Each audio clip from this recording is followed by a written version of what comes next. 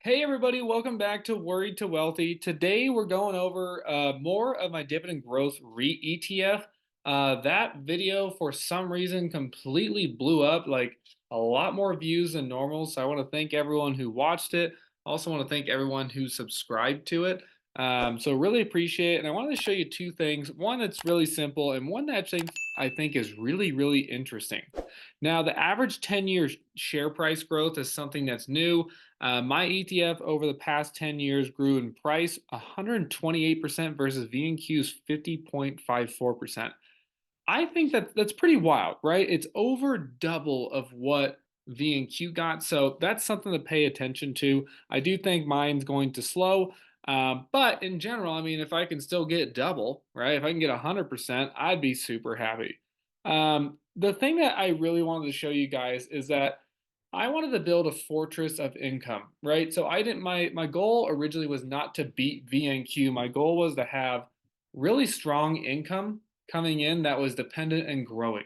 And what I found is that when I take this portfolio and I weight it by the 10-year dividend growth rate, something very cool happens. So what I did, I'm going to press the forward button. I actually pretended like I deleted like 4 or 5 companies, right? So, and if you're new to dividends or you're new to this channel, dividends are not guaranteed, right? So with stocks, if a stock can just say, hey, we're not going to pay a dividend, there could be nothing wrong with the company. They could just say, we're not going to pay a dividend anymore. It's always approved by the board.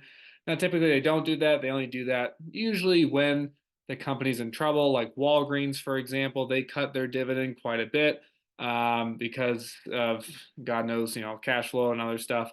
But with REITs, just so you know that if you're also new to REITs are basically by law require them to pay you 90% of their taxable income. Let me repeat that.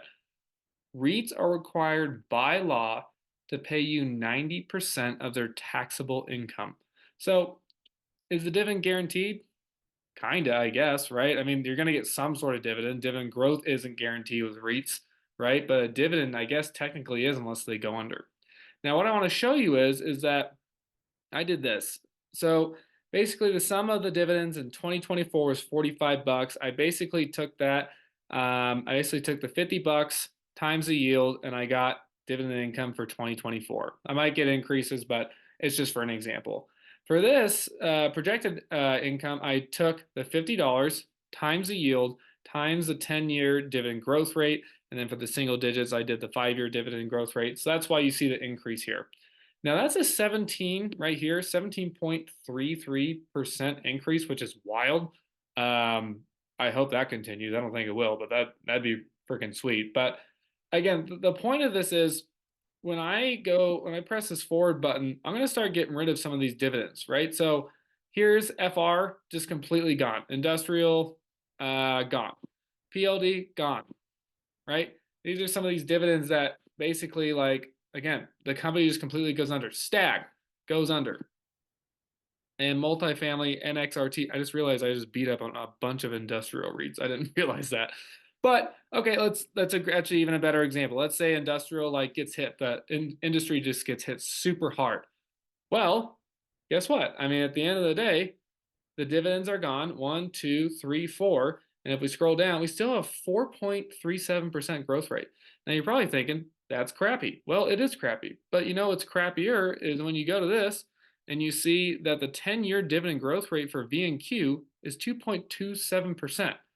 And that's with 4 companies with great track records just all of a sudden not existing anymore, right? Like for example, MPW had their dividend cut. They cut it by 50%, so they still paid a dividend, right? So if MPW, and if I did this ETF of mine last year, they would have been in my portfolio because they had about 9 years of dividend increases. So at the end of this year or whatever, I would just take them out, just like an ETF would.